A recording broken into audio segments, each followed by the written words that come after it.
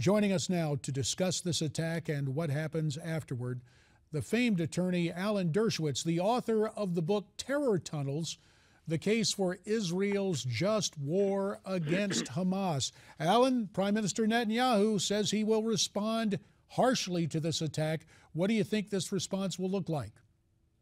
It's impossible to tell at this point. I think the major issue has to be to get together with Abbas and with King Abdullah and to turn this away from becoming a religious conflict, because you can't solve religious conflicts rationally. And if people are told, and they were told by leaders of the Palestinian movements, to take revenge against Israelis for trying to pray on the mountaintop, if this remains a religious conflict, it will just continue because there'll be no stopping Hamas.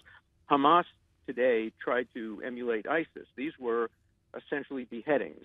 People came in with axes to try to behead rabbis at prayer. I knew one of the rabbis who was killed. I know his family from Boston. His mother was my children's teacher. His father was my colleague at Harvard. He was a man of peace.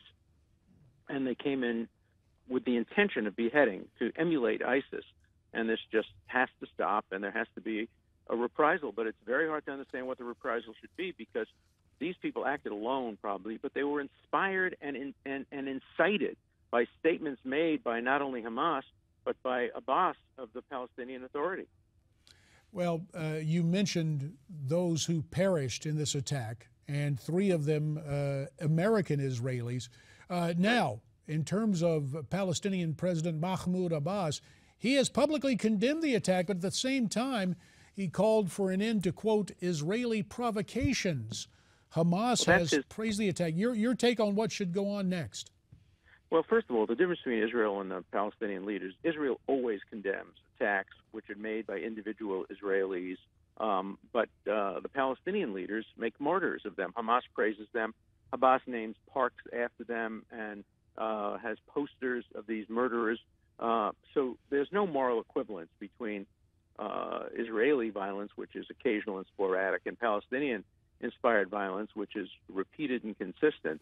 And at the moment, there's going to have to be protection of synagogues. By the way, not only in Israel, but in New York as well. I spent this Sunday at Temple Emmanuel with 1,500 people. We had a mock trial of Abraham, with Elliot Spitzer being the prosecutor and me being the defense attorney. But there were 1,500 people in a temple. Imagine if there were an attack directed against an American temple, an American synagogue of that kind. So there has to be very, very good security for places of worship and places where Jews gather. Because remember, Hamas's goal is not just to destroy Israel, it's to kill Jews.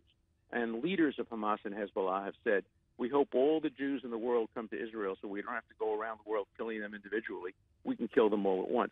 This is a major terrorist organization akin to ISIS, and it has to be destroyed in the same way that ISIS hopefully will be destroyed by American air power. 30 seconds remains. The FBI usually investigates attacks where U.S. citizens are killed. Do you think the FBI will be involved in Israel, and how quickly might they get to the case? Well, there are FBI agents in Israel, and they'll be involved immediately, but it'll be mostly symbolic. And on that note, apparently, Alan, we thank you very much. We had a little bit of difficulty there with the audio on the phone call, but we thank you, as always, Alan Dershowitz, for your take on this latest terror attack in Israel. America's Forum continues here on Newsmax TV as you see Alan's new book, Terror Tunnels, there, and we're coming right back.